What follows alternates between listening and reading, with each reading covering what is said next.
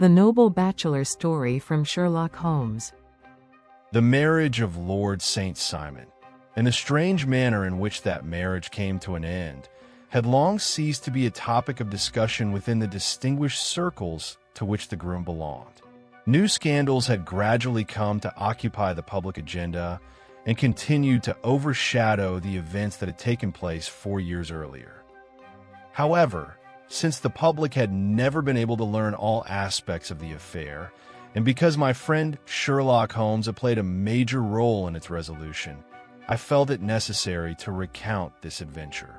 Otherwise, something essential would certainly be missing. There were only a few weeks left before my own marriage, and I was still living with Holmes in our rooms at Baker Street. My friend had gone out for an afternoon walk, and when he returned, a letter was waiting for him on the table. I, on the other hand, had remained indoors all day, for the Jazal bullet I had brought back as a souvenir from Afghanistan ached incessantly on that windy and rainy autumn day. I was seated in one armchair with my feet stretched out on another. I read the newspapers around me until I had had my fill of the news. When at last I grew weary of reading, I cast them aside and began to study the large coat of arms and seal upon the envelope lying on the table, wondering which noble person might have sent it. As soon as my friend entered the room, I said, "You have received a rather elegant letter. If I am not mistaken, you usually receive letters in the morning from fishermen or customs officer." Smiling, he replied, "It is true that I correspond with a wide variety of people. The more humble they are, the more interesting they tend to be." The envelope on the table, however, resembles the sort of invitation that compels one either to lie or to attend a tedious meeting. He broke the seal and glanced at the letter. "It appears that something interesting may come of this," he said. "Is it an invitation?" "No, definitely a professional matter. It must be from a nobleman, one of the most noble in England. My congratulations, my dear fellow. I assure you with complete sincerity, Watson, that for me a client's social position is of no greater importance than the interest of the case itself. Nevertheless, it appears that in this instance, both are present. You have been following the newspapers closely of late, have you not?" Pointing sadly at the pile of newspapers in the corner, I replied, "I suppose so. At the moment, there is little else I can do." "That is excellent. You can assist me." As you know, I read nothing but the crime reports and the agony columns. I find the latter particularly useful. If you have been keeping up with current events, you must be familiar with the marriage of Lord St. Simon. "Ah, yes. It is among the matters I have been following with interest." "Very good. This letter was sent by Lord St. Simon himself. I shall read it to you. Meanwhile, look through those newspapers again and gather together the reports relevant to the matter." The letter read as follows: "Dear Mr. Sherlock Holmes, Lord Backwater has spoken to me of your powers of reasoning and of the discretion upon which I may rely. For this reason, I have decided to seek your assistance in a most distressing matter concerning my marriage. At present, Mr. Lestrade of Scotland Yard is attending to the case.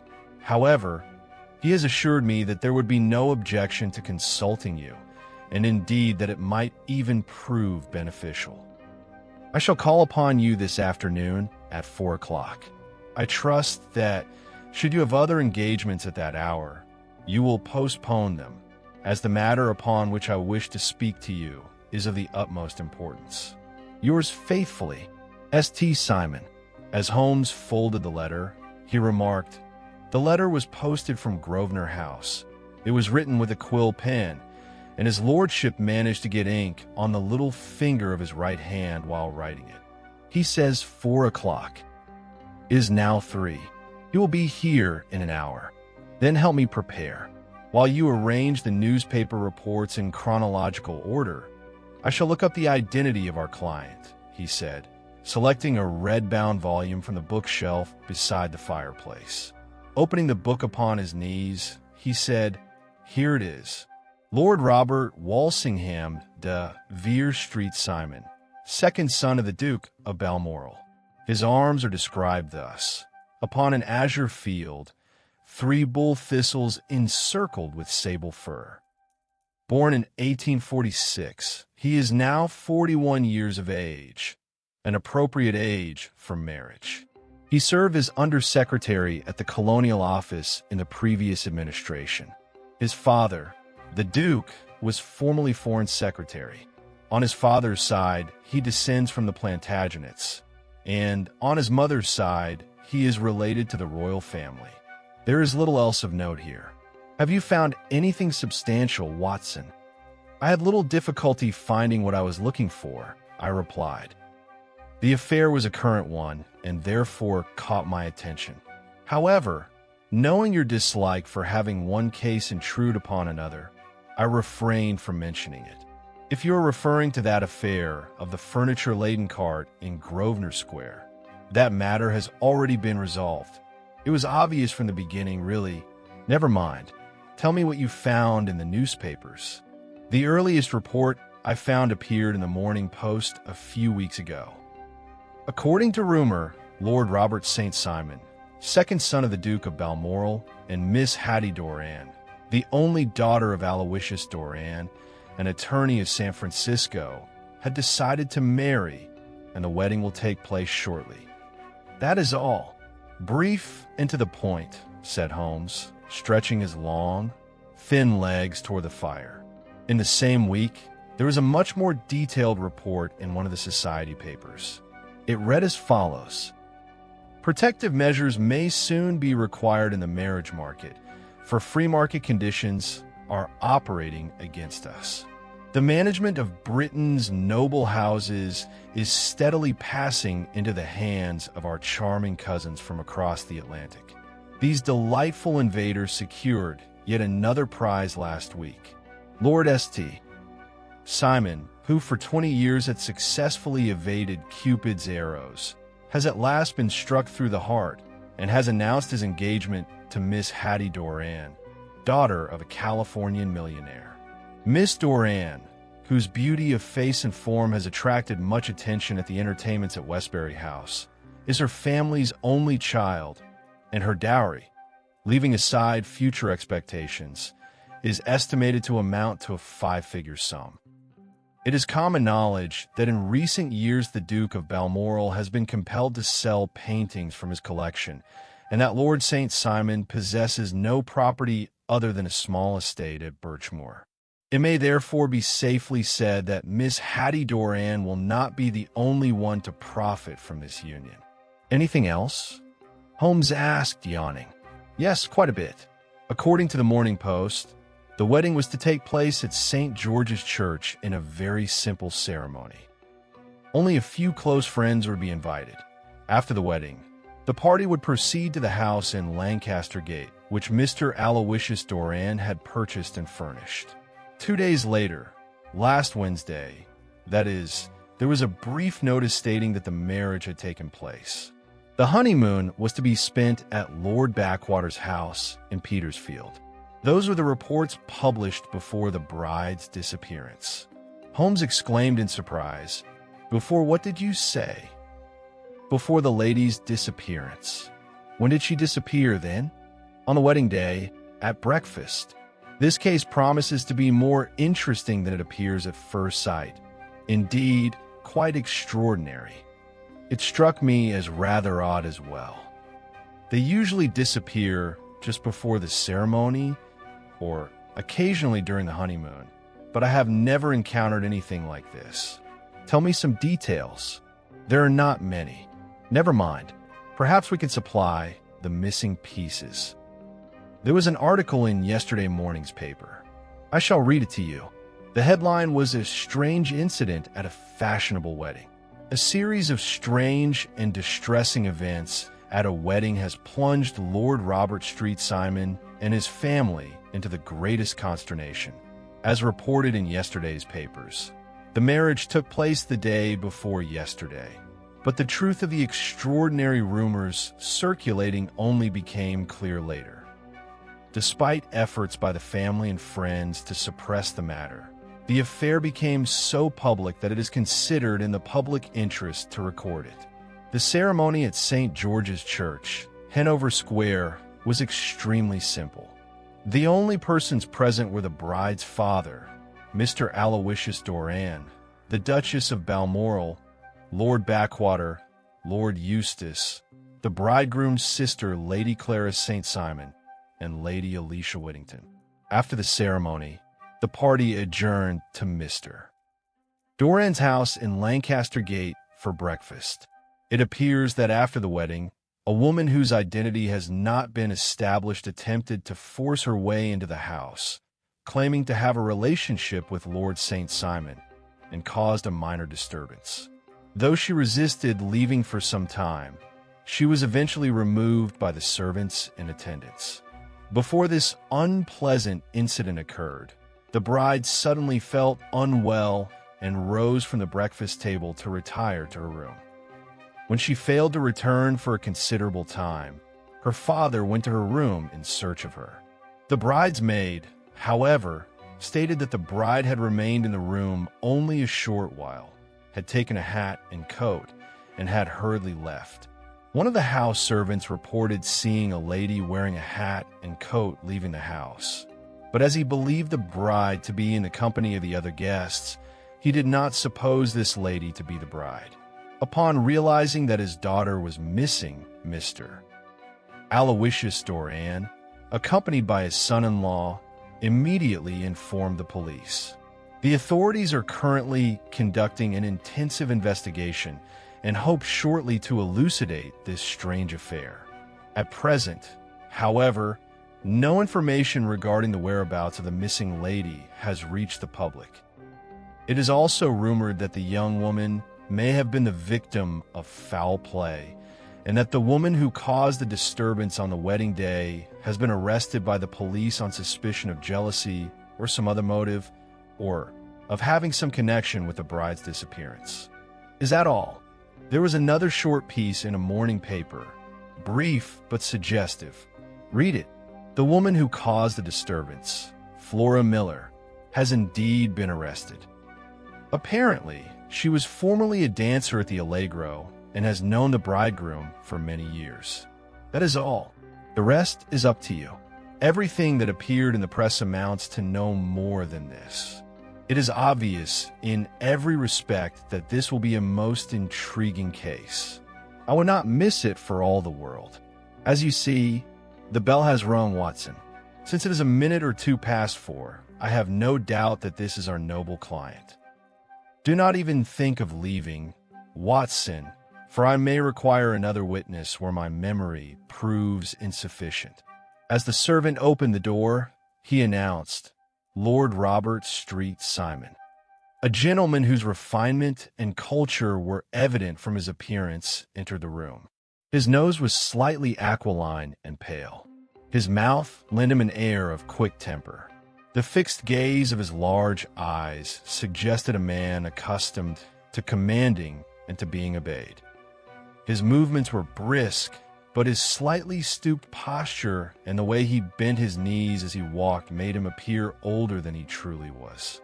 When he removed his curled brim hat, the gray at his temples and the thinning at the crown became apparent. His attire was exceedingly elegant: a high-collared overcoat, a black frock coat, yellow gloves, patent leather shoes, and light-colored gaiters. He advanced slowly toward the center of the room, swinging the cord of his gold-rimmed eyeglasses in his right hand and turning his head from side to side. Holmes rose and bowed. Good afternoon, Lord Street Simon. Pray take the wicker chair. This is my friend and colleague, Dr. Watson. Come closer to the fire and let us talk. As you may imagine, Mr. Holmes, this is a painful conversation for me. My heart is broken. Although I am certain that you have resolved other matters of a similar nature, I cannot imagine that any of them involve persons of my own rank. As a matter of fact, at this very moment, I am dealing with someone of a lower rank than yours. I beg your pardon? I do not quite understand. My last client was a king. Indeed, I had no idea. Of which country was he king? Scandinavia? What? Did he lose his wife as well? Holmes replied courteously, I trust you will understand that the affairs of my other clients are just as private as your own. Of course. You are quite right. Quite right. Pray forgive me. As for my own case, I am prepared to provide every piece of information you may require in order to reach a conclusion. Thank you. Thus far, I know only what has appeared in the newspapers. For example, I believe I may accept as accurate the account describing the bride's disappearance. Lord St. Simon glanced at the article. Yes, it is correct, he said. However, in order to form a judgment, I shall need additional information, which I intend to obtain by asking you a few questions. Please go ahead. When did you first meet Miss Hattie Doran? Last year in San Francisco. Were you traveling in America? Yes. Were you engaged at the time? No, but you were acquainted, were you not? I enjoyed her company, and I could tell that she enjoyed mine as well. Her father is very wealthy, I believe. He is said to be the richest man on the Pacific coast. How did he acquire his fortune? Through mining. Until a few years ago, he had nothing. Then he discovered gold and rapidly became wealthy through his investments. What were your impressions of this young lady? Your wife, her character, her disposition? The nobleman swung his eyeglasses a little faster and fixed his eyes upon the fire.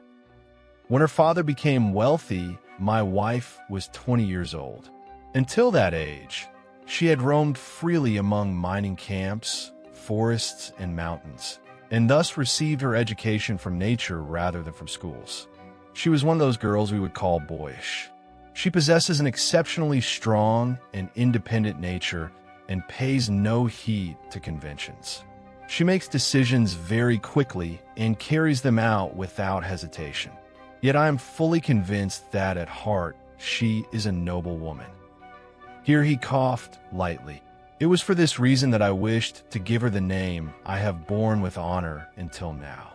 I am certain that she is capable of heroic self-sacrifice and that she would never stain her honor. Have you a photograph of her? I have this, he said, opening a locket to reveal a remarkably beautiful female face. It was not a photograph, but a miniature painted on ivory.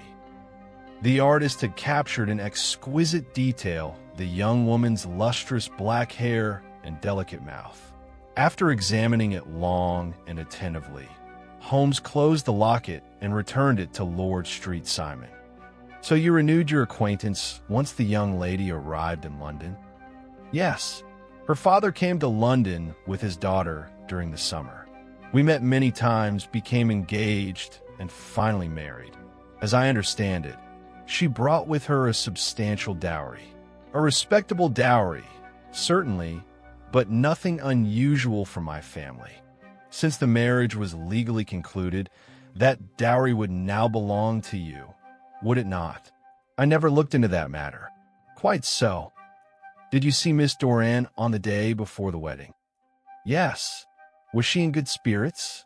In better spirits than I had ever seen her. She talked incessantly about what we would do after we were married. Indeed, that is very interesting. And on the morning of the wedding itself, she was in excellent spirits, at least until the ceremony was over. Did you observe any change in your wife at that point? To tell the truth, it was then that I noticed the first signs of irritability. However, the incident itself was too trivial to be worth recounting. I do not believe it had any connection with her disappearance. Nevertheless, please tell me. It was something childish. As we were walking toward the small vestry of the church, we were passing between the front pews when my wife dropped the bouquet she was carrying onto one of the benches. Almost immediately, the gentleman seated there picked it up and returned it to her. Nothing else happened. However, when I attempted to speak of it afterward, my wife snapped at me. During the carriage ride home, I noticed that her nerves were extremely unsettled because of this insignificant incident. Interesting, you mentioned that it was a gentleman seated in the pew. Does that mean there were members of the public present in the church? Of course. A church is, after all, a public place. This gentleman, was he an acquaintance of your wife? No, no. Do not be misled by my calling him a gentleman. It was merely a courtesy. He appeared to be an ordinary fellow. I paid no particular attention to him, and I believe we are straying from the main issue. It appears that after the ceremony, there was no trace left of Miss St. Simon's former cheerfulness. What did she do upon arriving at her father's house? I saw her speaking with her maid. Who is her maid? Her name is Alice. She came from California with my wife. Is she someone your wife trusted? Very much so. In my opinion, my wife allowed her too much freedom, but I am aware that Americans differ from us in such matters. How long did they speak? Only a minute or two. At that moment, I had other matters that required my attention. Did you overhear any of their conversation? I heard Lady Street Simon mention something about staking a claim. She's accustomed to using such slang expressions, but I did not understand what was meant. American slang can convey a great deal in very few words. What did your wife do after speaking with her maid? She went to the breakfast table. Did she take your arm? No, she went alone. She likes to act independently in such small matters. After sitting at the table for about 10 minutes, she suddenly stood up, murmured a few words by way of apology, left us, and never returned. However, according to the maid Alice, your wife went to her room, covered her wedding dress with a long coat, put on a hat, and left the house. That is entirely correct. Later, she was seen walking in Hyde Park with Flora Miller, the woman who was detained for causing a disturbance at Mr. Doran's house. I see. If you do not object, I would like to learn some details about this woman and your relationship with her. Lord Street Simon shrugged his shoulders and frowned. We have been friends for several years. I might even say very close friends. She worked at the Allegro. I was generous toward her. She has no cause for complaint, but you know women, Mr. Holmes. Flora is a very good person, but she had become excessively attached to me, and when angered, she is completely uncontrollable. When she learned that I was going to marry, she began writing me threatening letters. To be perfectly frank, the reason for such a modest ceremony was to prevent a scandal from erupting in the church. Nevertheless, she came to Mr. Doran's house after the wedding and attempted to force her way inside, uttering insults about my wife and making threats. But I had anticipated such behavior and arranged for 2 plainclothes policemen who promptly removed Miss Miller. Once she realized she would gain nothing by such conduct, she calmed down. Was your wife aware of any of this? No, thank heaven, she was not. And later they were seen walking together? Yes, that is precisely the point to which Mr. Lestrade of Scotland Yard is devoting serious attention. He suspects that Flora somehow tricked my wife into leaving the house and lured her into a dreadful trap. That is a possible hypothesis. Do you share that opinion? I said it was possible, not probable. Do you believe such a thing to be impossible? I cannot imagine Flora harming even an ant.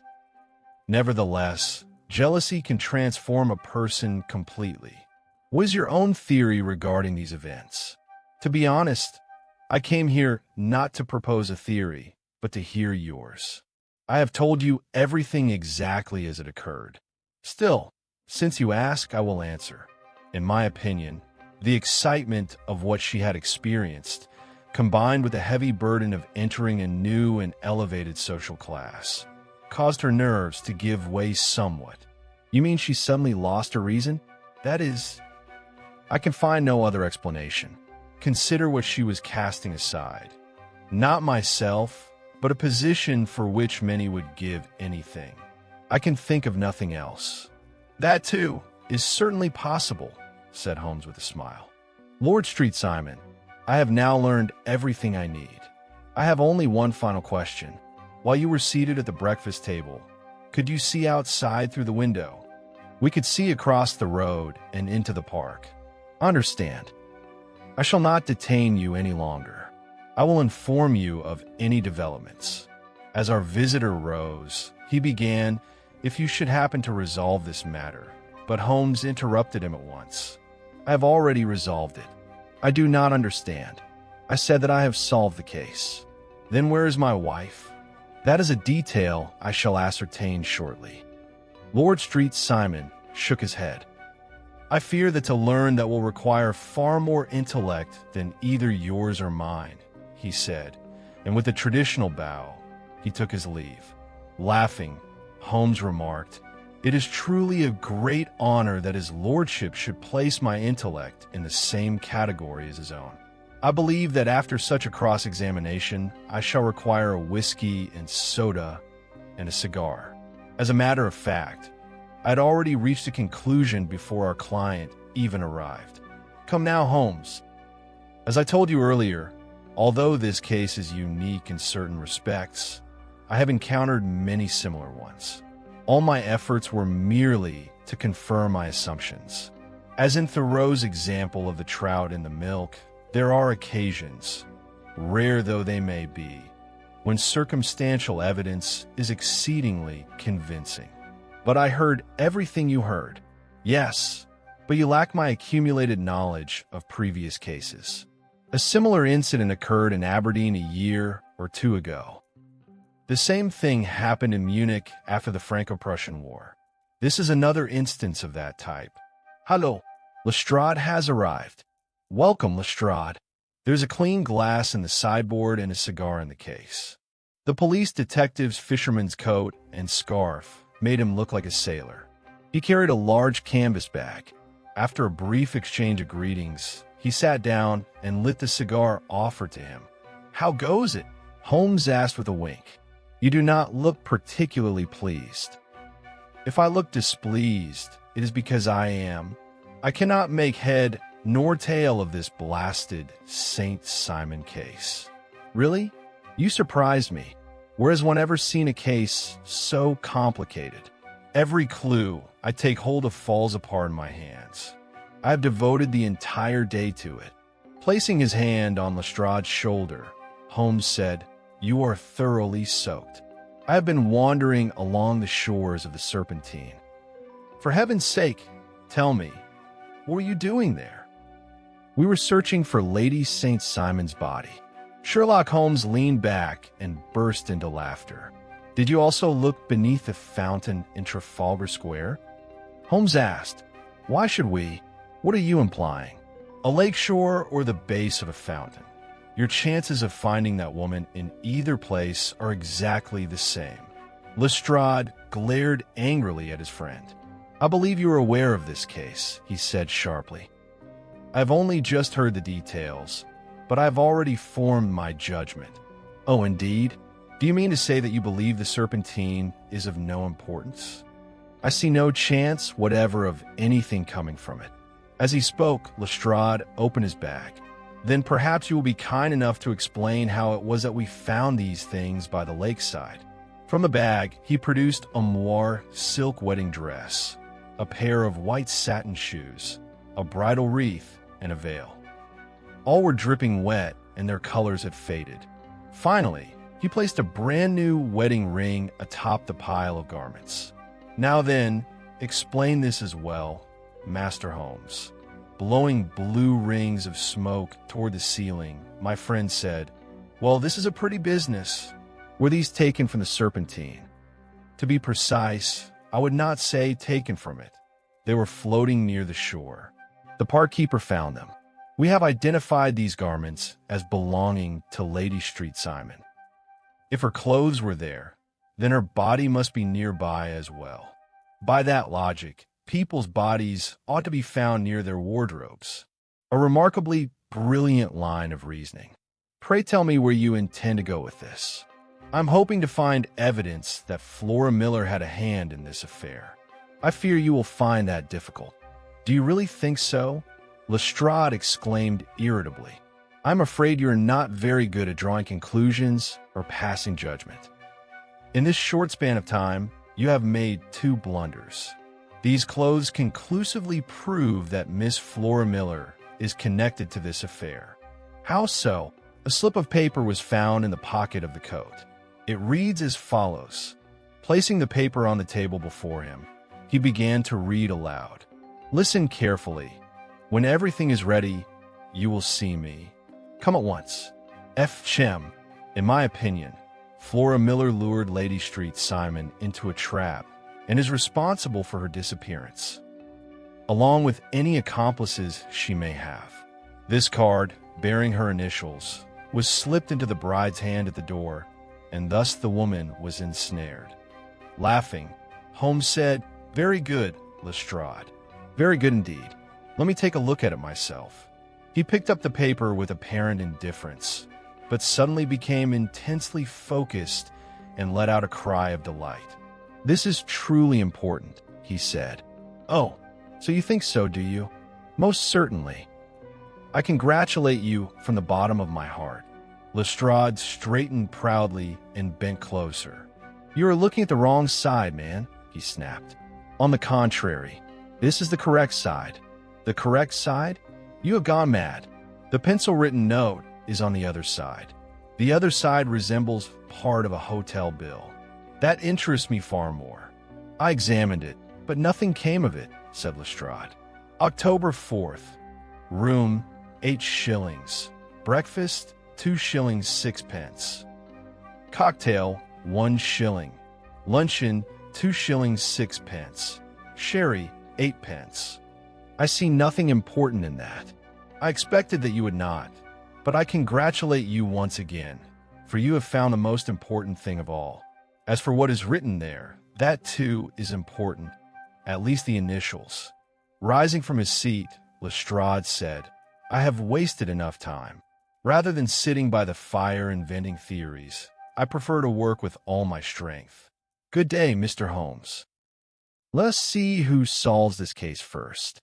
He gathered up the clothes, stuffed them back into the bag, and headed for the door.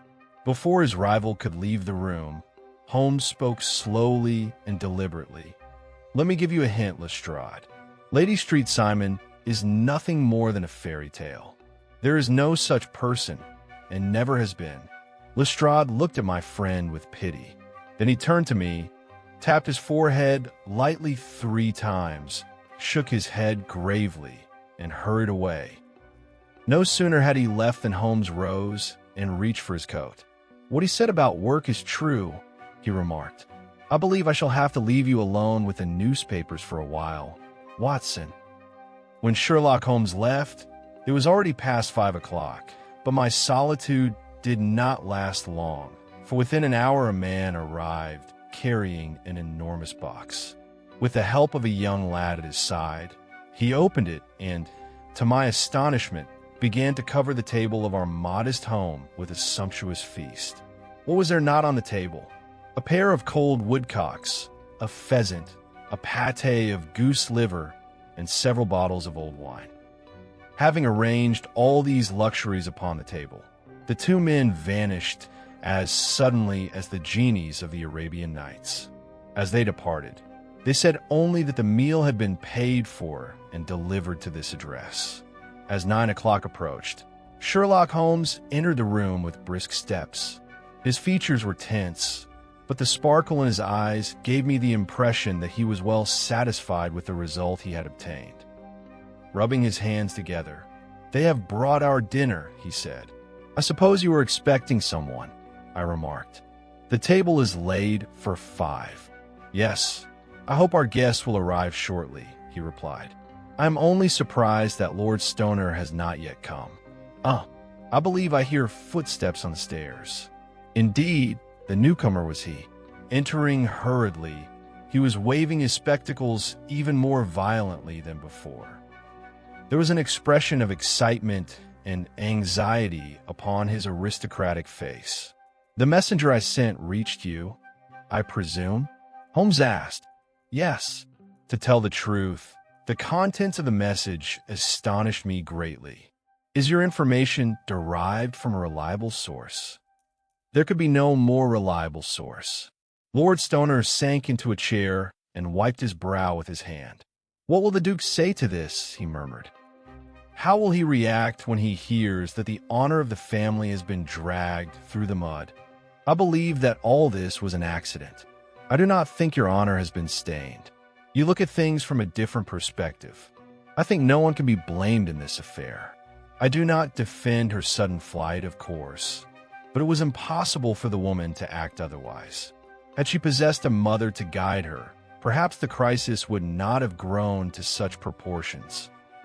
Striking the table with his fingers, Lord Stoner exclaimed, "I have been humiliated, publicly humiliated.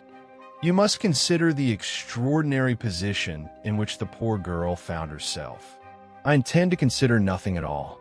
I am furious. I have been shamefully made a fool of."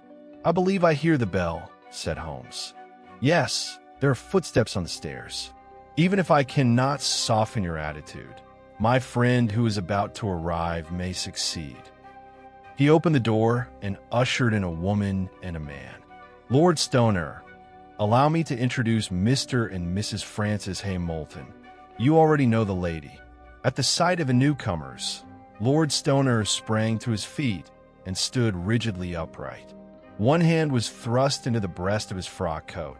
His head was held high, but his eyes were fixed upon the floor.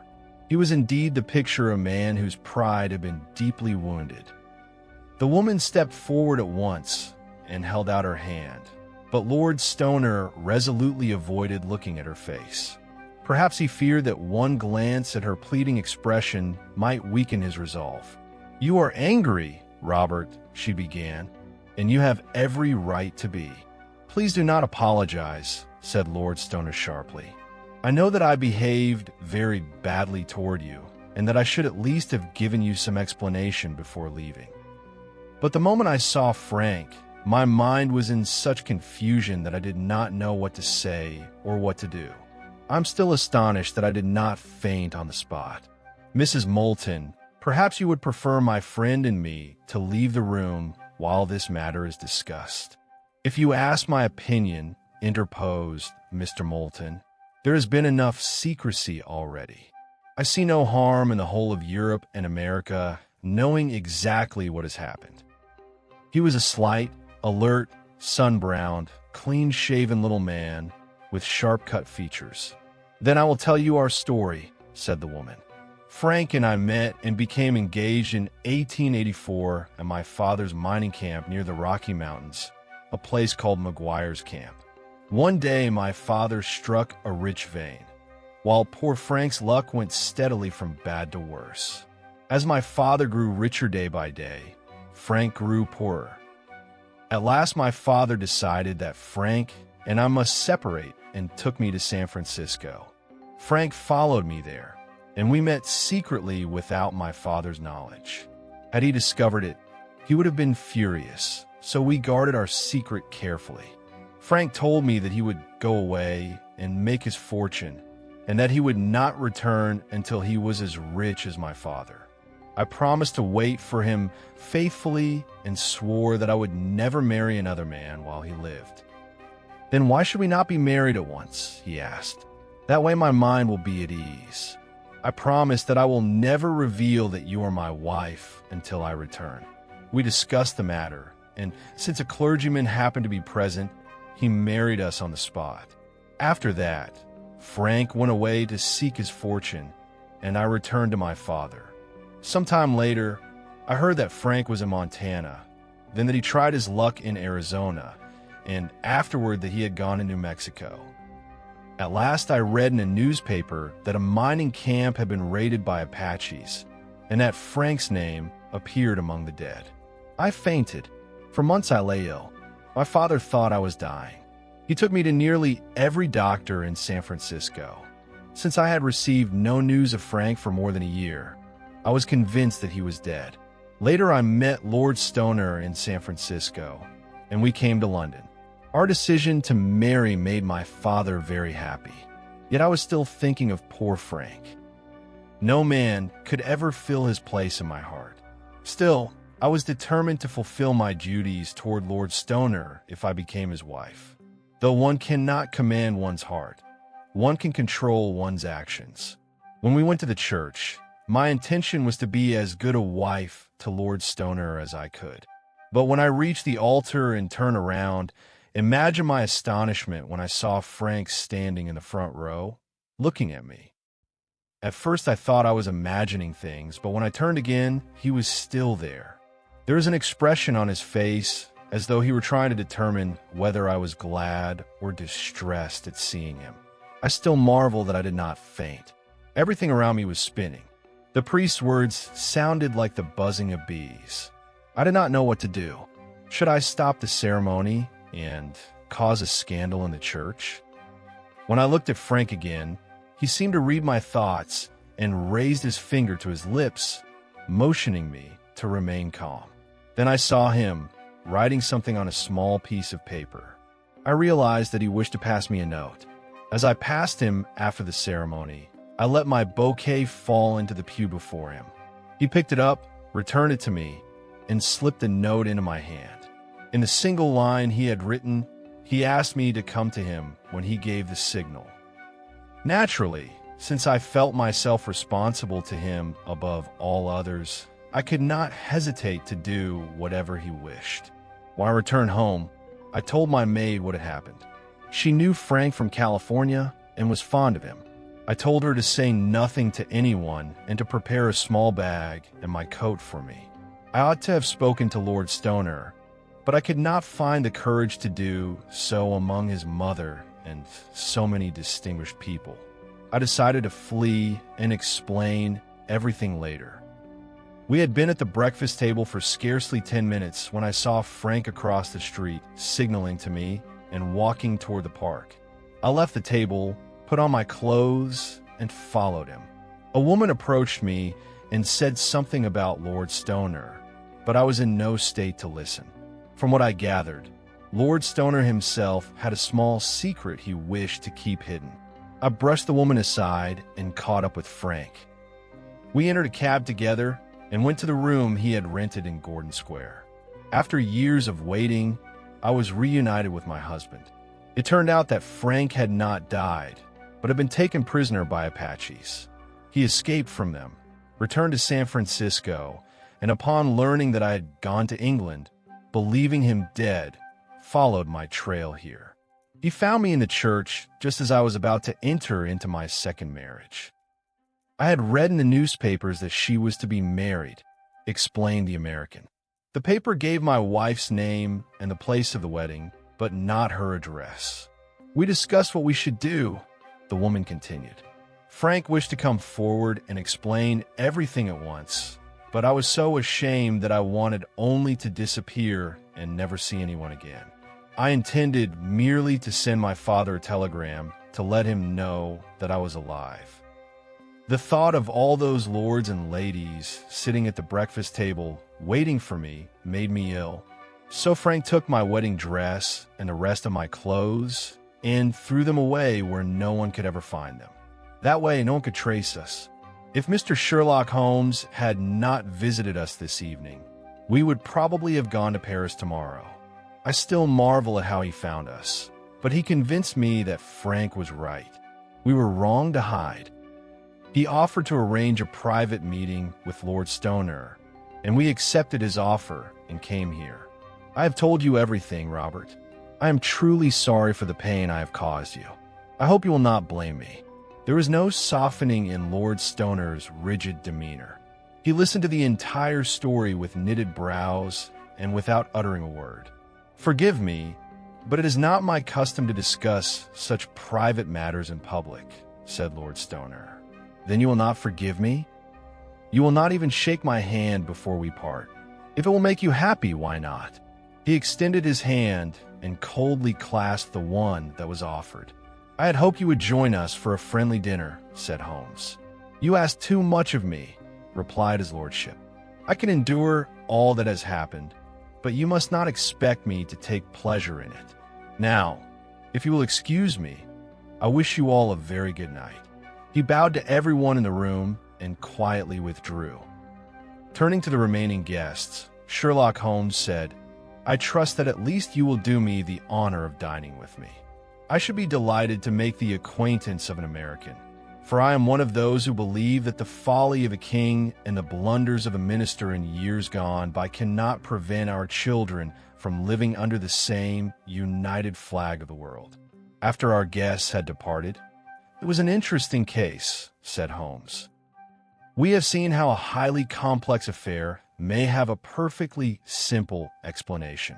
The woman's account fits the natural course of such an incident as neatly as Lestrade's theory was bizarre. Did you never go astray in this case? From the very beginning, two things were perfectly clear. First, that the woman had been exceedingly eager and happy before the wedding. And second, that shortly after returning home, she regretted the marriage. Something must have occurred that morning to change her mind. What could have been? She could not have spoken to anyone while outside, since she was constantly with the bridegroom. Had she seen someone? If she had, that person must have been an American, for he had arrived in England only recently, and she could not have met anyone else who would so completely alter her plans in so short a time. You see, simply by eliminating other possibilities, we arrived at the conclusion that she had seen an American. But who was this American, and how could he exert such influence over her? He could have been either her lover or her husband. From what Lord Stoner told me, the woman's youth had been unusual. The mention of a man in the church pews and the change in her behavior after dropping her bouquet fixed my attention upon that point. It was clear that she had received something from him. Later, her conversation with her confidant, the maid, in which the term staking a claim was used, a phrase in mining jargon meaning to take possession of a mine previously owned by someone else, completed the explanation. The woman had fled with a man, but who was he? Either her lover or her former husband. The latter was far more probable. But how did you manage to find them?